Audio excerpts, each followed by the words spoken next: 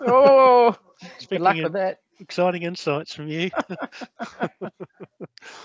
Oh, they're all coming from Jeanette. Oh, Yeah. Think so. yes. Should we get started, or do you want to wait and Started. get No, started? might as well get started. Okay. All right. Okay. So just a quick introduction.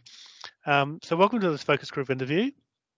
Thanks for taking the time to talk to us about your experience participating in the Sport 102 Wicked Female Coaches Program. So for those of you who don't know me, and most of you do, my name's Steve Hodges and I'm the Insights Analyst, and Jeanette, obviously, you know, as the Women and Girls Coordinator or Advisor. So basically, the purpose of today is Jason's asked us to help collect some information from you about your experience participating in the as a coach developer in the Wicked Female Coaches Program. So basically what he wants to know is, in broad terms, is what your expectations and objectives were for the Wicked program, and your perceptions of the program as a method of professional and personal development. So we're thinking about yourselves, and your perceptions of the impact of the program on personal effectiveness and self-confidence. So yourself and the participants, coaches have participated as well. So essentially, I've got a series of questions that I'll ask. It's just an open discussion. Really, all we're interested in is just really getting your personal opinion. So there's no right or wrong answers to this. No one's being judged on basically, what they say. We're really interested in hearing, what your thoughts are based on your experience as a coach developer and based on your experience participating in this particular program.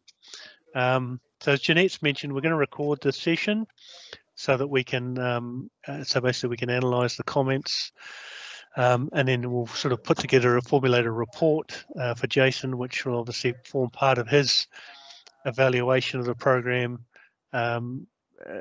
which he'll report back to Sport New Zealand.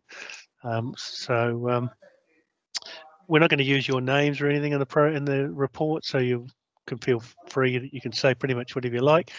So we're going to maintain your confidentiality with regards to the program. Okay, so firstly then, first question is that what were you, so just sort of explain to me, what were you hoping to achieve by participating in the Wicked program as a coach developer? We'll just sort of go around the room and just give us your thoughts around that. I'd like to start. Anybody just... I'm happy to jump in to go first if you like. Yes, please. Yeah. So when Fletch come up with the idea about being part of the Wicked program about women in coaching, I thought it was a really great opportunity because I'd been to a number of coaching clinics where they're dominated by males, and even if you're very confident in what you're doing, it can be tricky to get your point of view across because you come at it from a different prospectus, I think.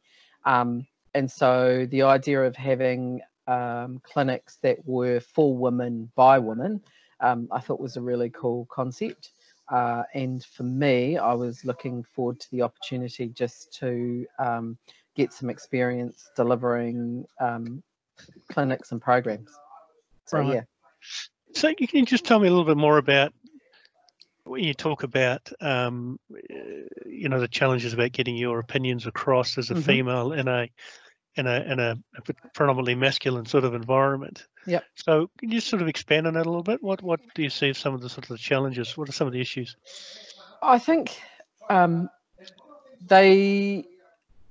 most of them are really respectful, so they listen to what you say, but you can see that they don't necessarily take it on board.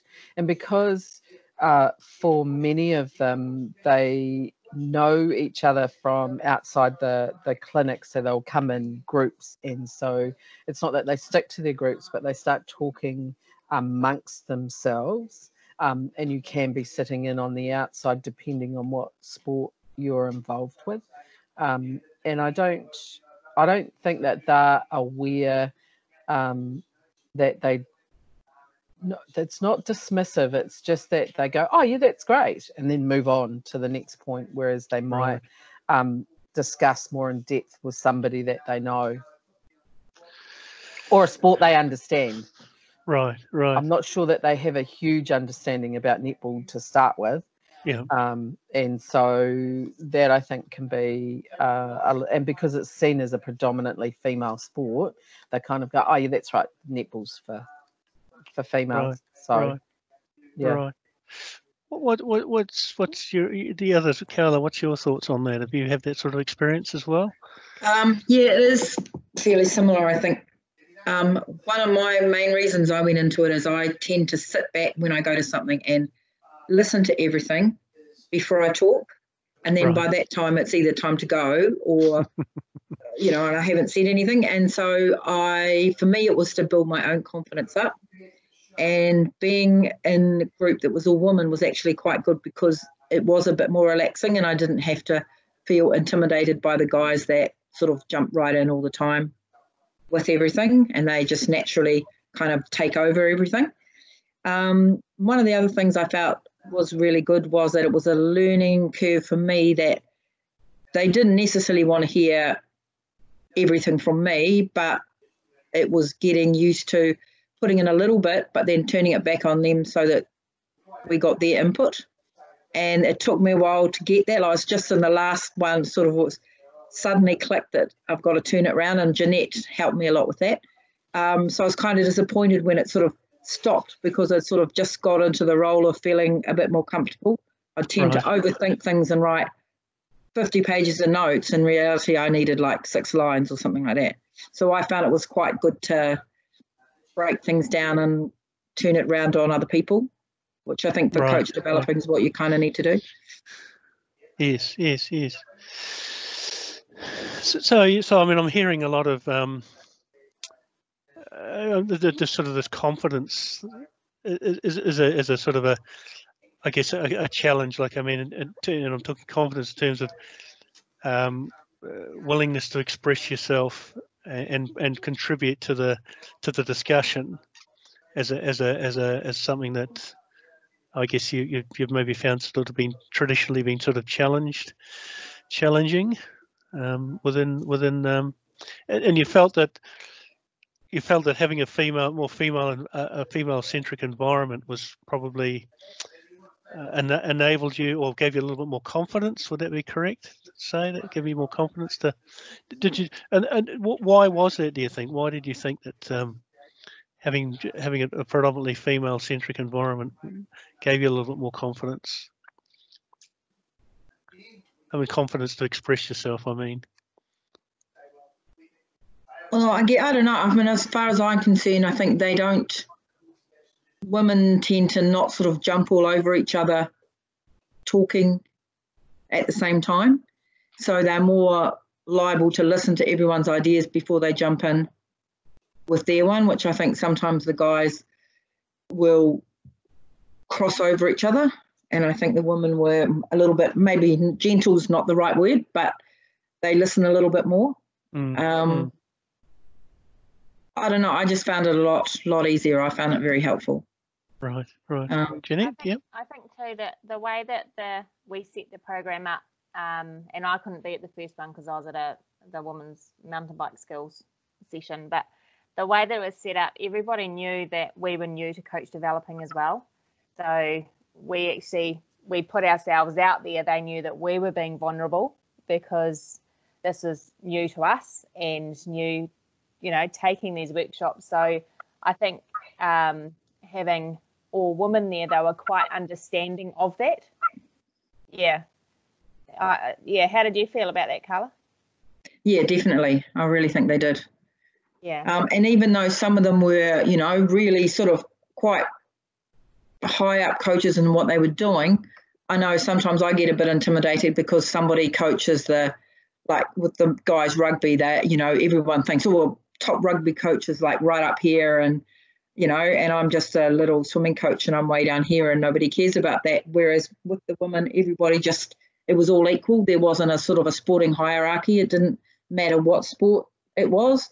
Whereas I think perhaps that's my own problem, that rugby coaches are more important than, other coaches or something like that. But I think coming in New Zealand, that's kind of the way people think. Like, to me, if I was lining up my coaches, I'd put a rugby coach up there and I'd put a golf coach down here, or, I'd sort of have my hierarchy of sports, which isn't right, but that's kind of when all the guys are there, that's kind of how I end up sort of feeling that, my sport, nobody cares about that, so I'm down the bottom, so I shouldn't put my opinions out there. And I think having that support from Fletch sort of behind us, he was always sort of in the corner in the background, but you knew that you could chat to him in between your sessions to help you. Yeah. I think it was a really safe environment for all of us. For the ones that had signed up for the Wicked program, they, like you said, Jeanette, had understood that we were new to this, so we were learning as well. But it felt really safe. So even if we didn't quite get it right, they were still like, nah, it was great. I still got something out of it. And I think that's what made the difference. It felt safe. It felt, it was really non-judgmental. And what was the coach's name that had a baby partway through the thing? And she brought baby along. And is it Annalise? Yeah, I can't remember her name. Yeah, no, I can't either. Yeah. So those types of things made it like really comfortable and safe for what we were doing, because we were all like, well, if you have baby, bring her.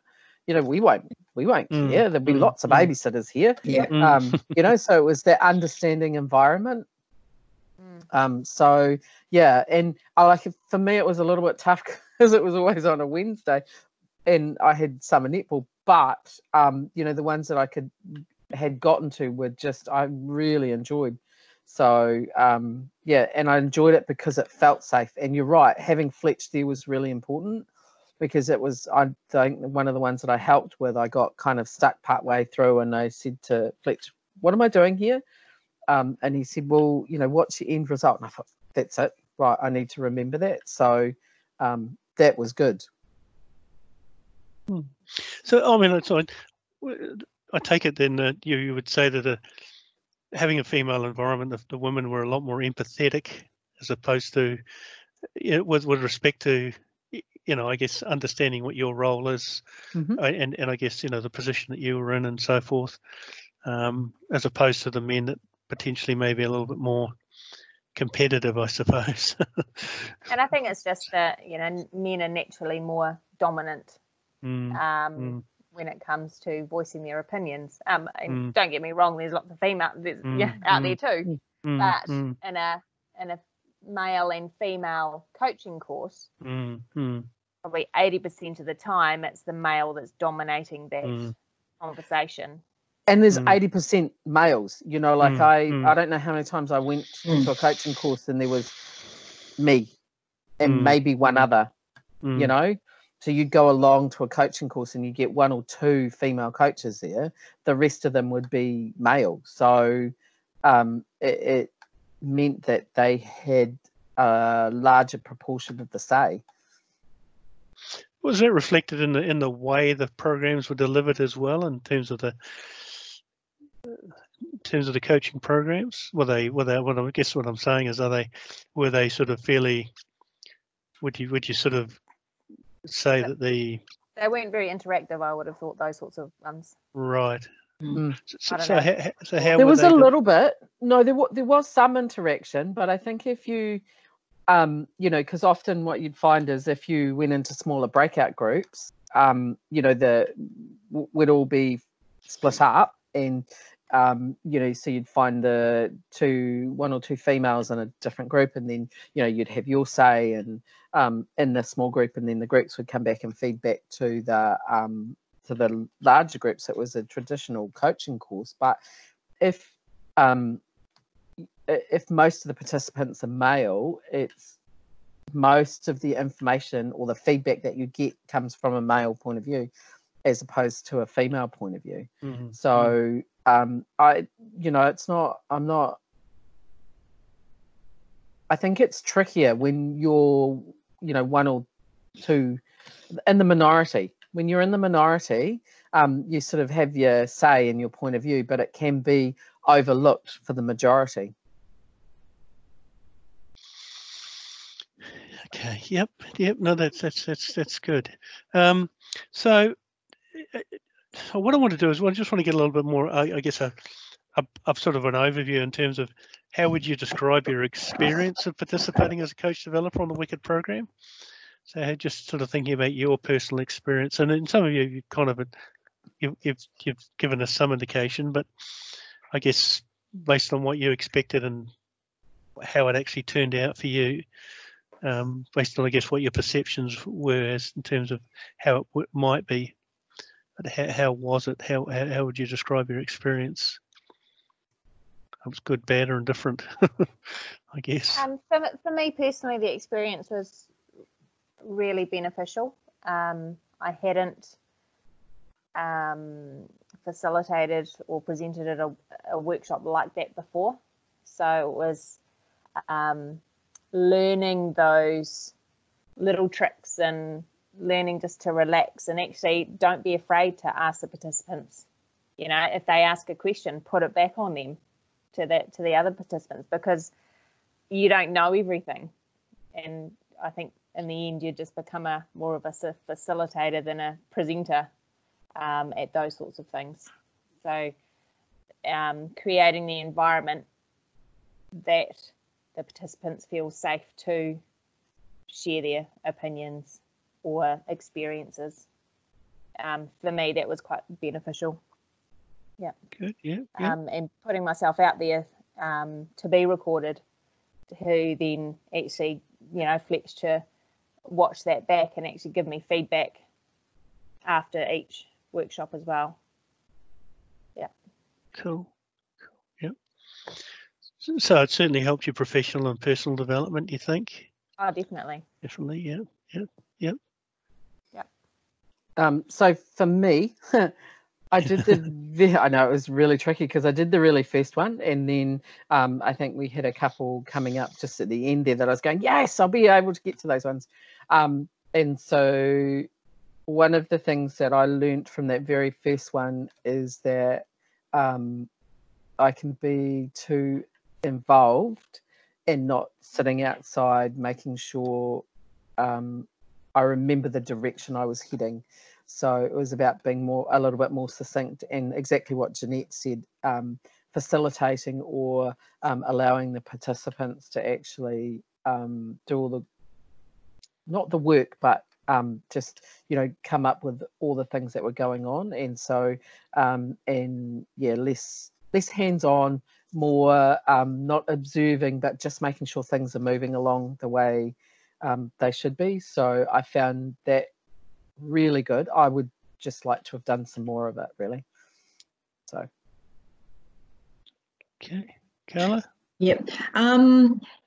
Pretty much the same as the others. I think it was really good for me to get into the habit of,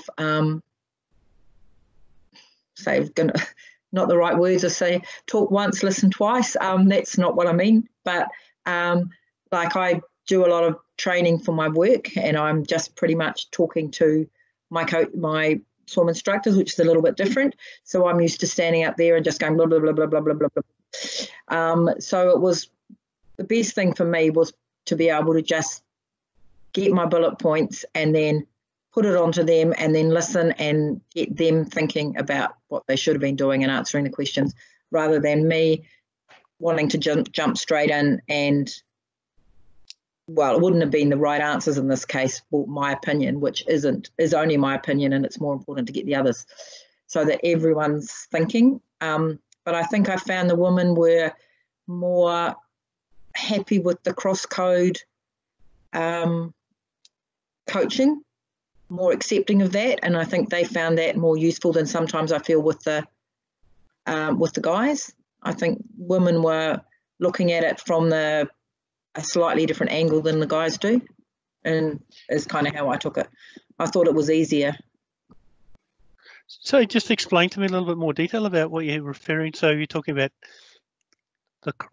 their acceptance of the cross code. Well, if you're looking at coach developing, you're thinking of the skills cross over to any sport. If you're a good coach, doesn't matter what you're coaching. One of the things that I found, I'm always the only swimming person, and it doesn't fit with any other sport. It's completely different.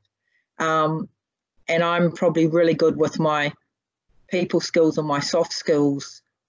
And that is something that does cross over to every sport. But I think the women are generally maybe a bit more empathetic to the people that they're coaching. They're not always expecting them to go hard and get out there, and, they're a little bit more in tune with what might be going on behind the scenes with everybody. And I just found that in my humble opinion, that women were more accepting of that. They didn't care who you coached. They just wanted the general coaching and how you handle people ideas. That's just kind of how I took it. So what I'm hearing is, correct me if I'm wrong, is your role has had to change from a traditional sort of coach delivering your specialty to more of a generic sort of role in terms of facilitating learning from the coaches participating. So it's rather than you sort of delivering delivering information, it's more about I guess facilitating their learning, if you like, drawing out from them things that they wanted to learn. Would that be sort of correct? Or you felt that your role had to change? For that one, yeah, definitely. Yeah. And just sort of thinking, so when you're saying, it's interesting, like the women we say they're more empathetic. So you felt that you had your credibility, I guess, as a coach developer wasn't being questioned just because you didn't have specific knowledge about individual coaches' sport, if you like. So, because you didn't come from a rugby background, people weren't judging you because you weren't a rugby coach or a football coach or whatever. It was just they were looking for you for advice and assistance in a broad range of sort of coaching topics, if you like. Yep. You sort of felt, yeah. Everybody sort of felt that way. They felt that they were less judgmental, I guess. So it didn't. I think it was more open. So they were open to listen to any ideas that came their way and to see whether or not they could use it in their sport. So they weren't particularly worried about cross codes, because sometimes you see at other workshops they'll go, oh, I don't know if that'll work in my sport because of this, as opposed to they were more like, I wonder if that I think I can make that work, or I could see it working like this, and then somebody else might jump in and say, if you did this with that, it could work for you better. Yeah. So I think they were more open to having a go at things. And like the very first one we did, we did use, just the things that we had up at the courts at the time. So for some of them, it had nothing to do with their sports, but what they were looking at was the method as opposed to what the skill was. So it wasn't about the skill, it was the methodology, if you like. That's interesting. So why do you think that is? That do you think this is kind of unique to the women coaches that you've, or have you seen some? Do you think it's? I think they are more open to change. I don't know if you ladies think the same, but I think with male coaches, they can potentially get stuck in the doing it the way it's always been traditional done. way. Yeah. Yeah. Whereas the young male coaches that are coming through now, I've noticed a huge difference in how they are coaching. And don't get me wrong, you know, there are some older coaches that are changing their ways as well. But I think just more open to ideas and more open to asking questions and asking help. Well, I've got this sort of athlete and I don't know how to do this. What do you guys think? And that came up quite a number of times. Right. Yeah. So there's more of a community or willingness to share within a supportive community, I guess. Yep. Which is kind of probably would you fair to say that the female coaches were potentially sort of more process focused, you know, as opposed to sort of outcome focused. Yes. More, you know, so they were, as you say, that maybe that enabled them to be a little bit more open with their thinking, you know, that they were sort of thinking about the process and as opposed to, you know, maybe What the outcomes were. Yeah. I think so. I think that there's a shift in the way we coach as a rule, and I think that, you know, females have always kind of had to fight to get either information or to get the stuff or to get their opinions heard, so they're kind of open to giving anything a go. And I think that some of the older males that I've experienced on coaching courses, you can see that this is the traditional way that we've done it, so we're going to continue to do that until I can actually grasp what you're saying, and then I might change what I'm doing. But I think Jeanette's right. Some of the newer, younger coaches coming through have a different style, and you can see that they are more open, and the cross-coding stuff is, you know, really different. And I think a couple of the other development programs that I've been doing with Fletch, you can see the ones that are in there, it's just about learning, you know, and that's so it's all just for them, it's about the learning and what they're doing. But you can also see the ones that are part of that group that are, this isn't quite going to work for my sport, but I understand what you're saying. So they don't say that out loud, but you can see it when they're doing stuff. And I think that that's often the coaching courses that I've been on.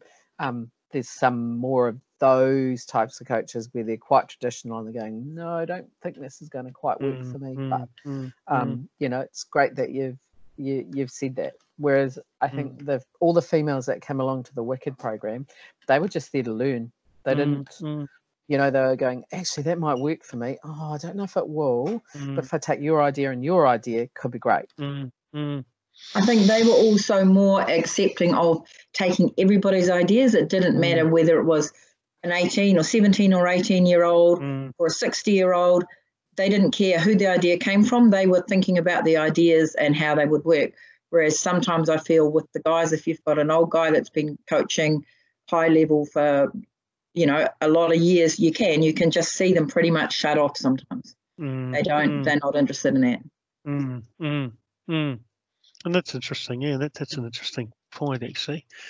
So just thinking about your own personal and professional development, what are some of the key things you felt that you gained in terms of your personal and professional development by participating in this program as a coach developer? For me, some of it was confidence to actually put myself out there.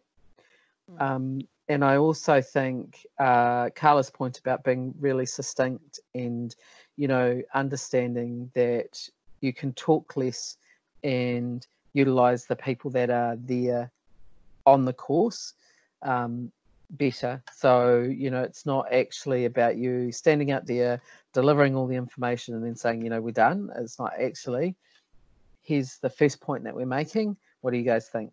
Have you experienced it? Have you? So those are probably two of the big takeaways for me. So your role as a coach developer different from your role as a coach? As a coach, yeah. So I guess having to transition from that traditional coach to, I guess, a more of a facilitation role was something that was quite a learning. Yeah, Carla, what do you think? Yeah, very similar with me, just getting that different sort of, I guess, presenting style, shutting up, listening more. And I completely forgot what I was just going to say then. I was trying to think ahead and it didn't all work.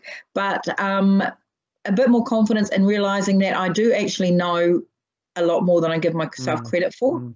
And because I generally just tend to stand back, I've just got to remember that I can step forward and then just step back and step forward and step back rather than just staying at the back.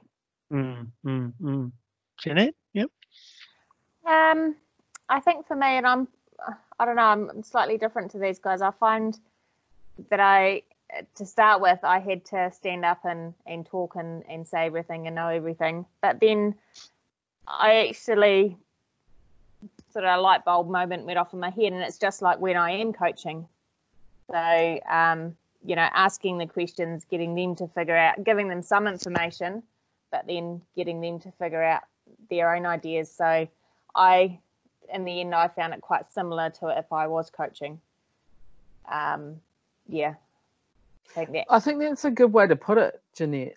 I hadn't thought of it like that, but yeah, it is similar to when you're coaching in that, you put something out there and then you let them run with it, and then you ask them questions, and then you build on it from there as a unit, as opposed to just delivering the materials. So but I suppose for me it was the switch from coach to coach developer. And I think because and it probably has a lot to do with the fact that I'm coaching teenagers as opposed to coaching adults, which I think is slightly different. How you question the teenagers is slightly different to how you would question an adult sometimes, I think. So maybe that, but yeah, no, I think it's a great way to look at it. I have to tuck that away. It'd be great. So what I love it, learning even on this. It's great. And that's an interesting point you raise about the difference between working with adults versus teenagers. Can you just maybe sort of elaborate on it a little bit? What some of the sort of the challenges you think are working with adults versus teenagers? What do you feel was different about that? Some of it is an experience thing. So, and I get that you get inexperienced adults as well, but teenagers, that you have mood swings and you have the pressures of school, and not like, I understand that as adults we all have those types of pressures as well, but sometimes those hormonal mood shifts are really interesting in teenagers, and then you have the added pressure of parental advice from the sidelines, so and expectations, and thanks. So you have all of those things going, and you can see the teenagers feeling it as well. So you have to balance all of that up along with passing on the knowledge. And if because some teenagers you get are so used to just being hand-fed information, so you want to shift them into, like, we're gonna work on this. What do you think? Do you think this is going to work for you if I teach you this skill as opposed to this skill? Which one, so when you start asking them to think about it, talk about it, it can be a little bit trickier because, and then they have that peer pressure. And I think they really feel it in those teenage years where it's like, no, I don't want to put myself out there. And the hierarchy at secondary school can be really interesting as well. So all of those come into play. Whereas I think often when you're coaching adults, you do have some of that. But a lot of it's like, you know what, I'm here, I've paid money, you're going to coach me and I'm going to learn because of it, So, but I think that it's a different type of pressure, but yeah, those hormones are just fabulous to deal with, and the parental hormones. So yeah. What's your experience, Carla? How do you feel about the differences between coaching sort of teenagers versus adults? My actual coaching is a huge range. It goes from like 8-year-olds to 50-year-olds in my swim team. So I guess I don't really notice it as much because it's a mixture, and there's always a mixture there. When I'm coaching mini squads at work, which is not my proper coaching, but I find with that there's not too much of an issue because those guys are generally younger. They are more up to about 13 or 14, and there isn't too much of an issue with that. No, I don't have too much of a problem with that. I guess it's because it's more mixed and a slightly different situation. I guess what I'm alluding to is, do you feel you have to change your style or your approach to coaching when you're going to the sort of different life stages, different age groups and things? No, I don't myself. No. Feel okay. Good. Because I'm interested to understand whether you feel there's more pressure, if you like, to be a bit more directive in your coaching, or a bit more coach centric, if you like, when you're sort of coaching younger, teenagers and so forth, versus with the adults, where do you feel you can maybe step back a little bit more because there's an expectation that they may know, they may be a little bit more self-directed, I suppose. I think there's a shift in learning, full stop. So they get it at secondary school, and they sometimes just want to come along to netball and just go, just let me play, or just tell me what to do and I'll go and do it. Well, actually, it's not going to quite work like that. I want to, I want you to be part of it. And so I think it's just getting them to understand where they may have come from more coach-centric teams to where I might start a little bit like that, just to get them into some of not the base skills, but just to get them comfortable and create a really safe environment for them, and then start drawing them in. But I would, even in the beginning where it'd be slightly more coach centric, I would still want to be talking to them and going, if we do this, what's going to happen? So even then, I'm starting to shift them into the more questioning, thinking about what they're doing, because I, regularly tell my players that I'm not out there on court playing the game for you. You have to do that yourself. So I can give you an idea, and then you have to figure out how it's going to work for you on the court, or how you're going to put it into the game. Right. So yeah, it's a little bit coach centric, I think, to start with, but even then you're starting to shift them into, actually, you're going to have to put it into practice on the court. So how does that work for you? If this was me, I would do it this way, but is that going to work for you? Are you taller than me? Are you more athletic than me? Are you shorter than me? Are you playing in this position as opposed to this position? So all of those things you start to get them thinking about. Okay. So tell me, what did you like about the program? What were some of the things that you thought that you personally liked? And you can think about it from your own personal perspective in terms of the benefits that maybe it provided to you, or the benefits that you thought maybe it provided to the coaches that attended, or just a general idea of running a program of this nature. I think for me it was the connectivity within the women coaches, and creating that network, and also the safe environment that it created with really with us not really doing too much with it. It sort of just happened. Yeah. I think that's the two things for me. Yeah, I'd agree. It was the safety was big, so that was really huge, and I think it was really nice to see like-minded coaches who had not issues, but hadn't always thought, oh, I'm not going to sign up for that. I don't know if I'm suited to do that. Whereas when they found out it was a female program, it was like, oh no, that could be really good. So so that connection with other female coaches was really good. Sure. Yeah.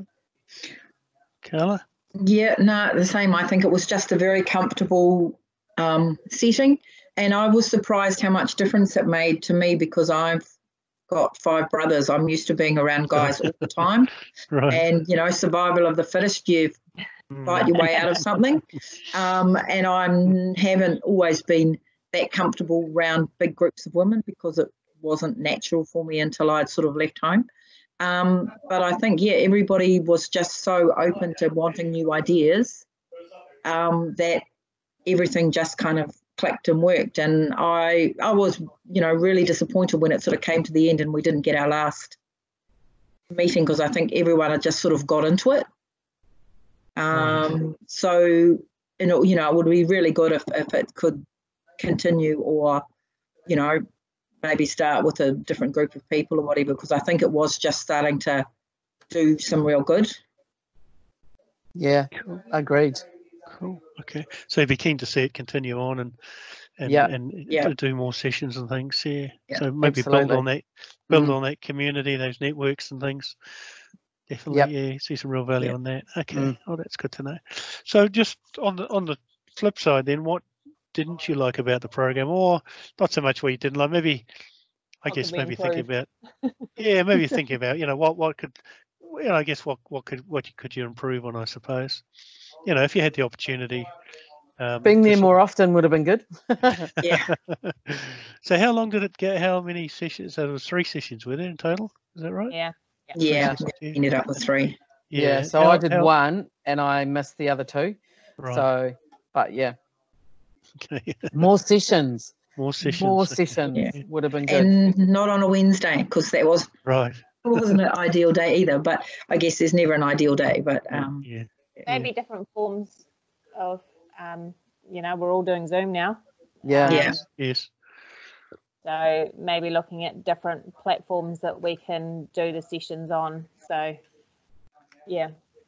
Actually, that's an interesting point, because do you think that would help increase the level of participation? I think it would break down barriers for them to come. Yes. Realistically, mothers are home. Yes. Dinner time. Yeah. Doing different things. Yeah. So if we can break down some of those barriers, some of those time barriers, and they can log in, make shorter sessions, maybe at different times. Later. Different times, because then they're not having to come out. Those I think it's shifting, and that's probably the one thing that's come out about this lockdown period, is that actually we can do things differently. And good point about being online, and we could have a 7:30 session, when the dinner and the kids are fed and they're settling down and homework's done, and and it could be an hour-long session, as opposed to getting together, but still connecting as a group, but potentially, not having to come out and go somewhere to do it. Could be, just there might be a bigger buy-in from different people. Or you could have 2 different groups. One that goes, that's great, I'm online, all for it, or no, I really want to get out of my house. So just looking at you're right, different ways to deliver now would be really cool. Even if you alternated, had one in and one out when you've got something, because that's going to keep costs down as well. Don't have to worry about food. Practical side of it and those sorts of things as well. So it's doing those TGFU sessions is not going to work online so much. No. So I guess there'll be a need to get together to do maybe practical sessions in the future and things like that, though. But okay.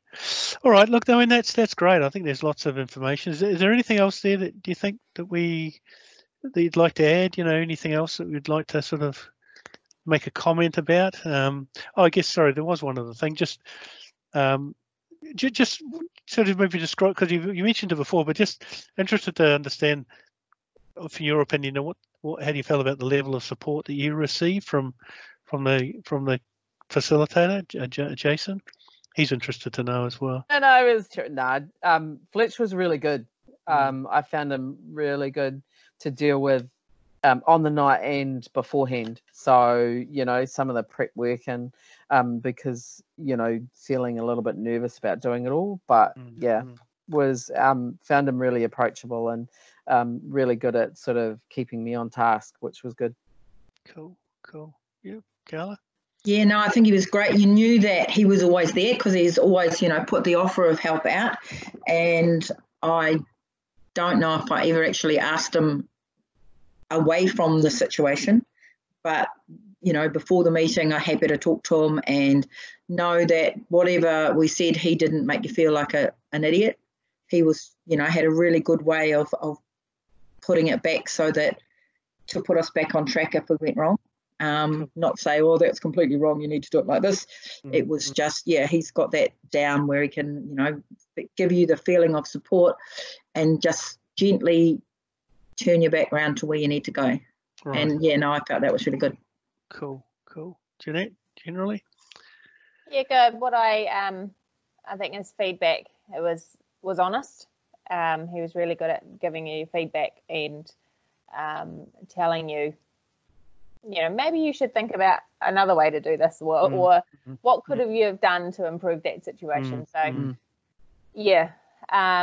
and just knowing that, he was quite open to us learning, and I think he learned a thing or two maybe about us as well.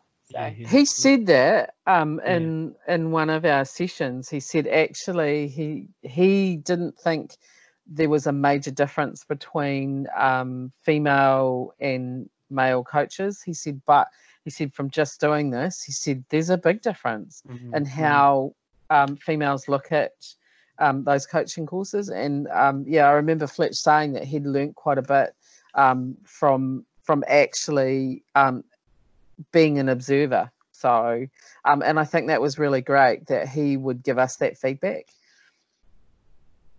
And that's a good point, I think you make. It sort of raises that question about, and you've kind of talked about it as well, the structure of traditional coaching courses and, who are they actually targeted toward? And I guess, the challenge that provides for if you're going to try and engage more women in coaching, then clearly there's some challenges there with regards to I guess the culture of coaching courses, of the traditional coaching course or mixed gender coaching courses, if you like. So that's kind of an interesting sort of observation, I think. Well, one of the interesting things for me was I went to a netball, I want to say central, but it was actually Netball New Zealand Coach Developer Day with Fletch, and I wore my Wicked t-shirt just because I wasn't there as Netball Manawatu. I was there with Fletch. So, and I think we only had there was Fletch and two other males on the course.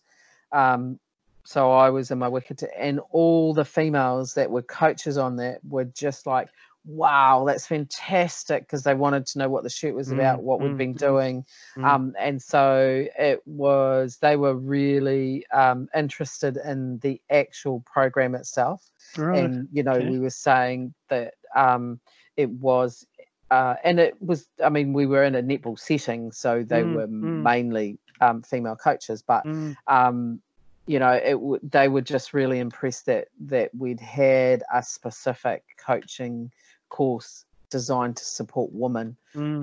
So I know that before the lockdown period, they were all going to buy the shirts because they loved the shirts and just thought the concept was really great. So so I think it's an opportunity for Sport New Zealand in supporting more female coaches out there. Definitely. Oh, that's interesting. Yeah, that's an interesting point. Yeah. So is there anything else anybody likes to add? Any other thoughts, ideas, suggestions that you'd like to add, or you think we've sort of covered most of how you feel? I think we've covered most Yep. of it. We'd just like Mm. it to continue and Continue. Yeah, um, definitely. maybe even and bring some more coach developers in. Yep. And yeah, Okay. yeah, just look at the different platforms. I think that's Okay. I think that's going to be important Okay. moving forward. Cool. Yeah. Cool. So build on that community. Continue to build on what the good work that's been done to date. Build on the community of coaches and developers, and you say look at more flexible ways in which the program can be delivered. Yep. To sort of fit Yep. into people's lifestyles. Yeah, sounds And good. I mean, we've got lots of high profile females in the middle too. Mm-hmm. So why not bring them in, utilize their knowledge and skills as well. Yeah, more role models, more external presenters and things. Yeah. Yep. Cool. Okay. Oh, that sounds great. Okay. No, that's excellent. Thank you very much for that, ladies. And we'll be sure to feedback all this information. One question, Steve. Did we Yes.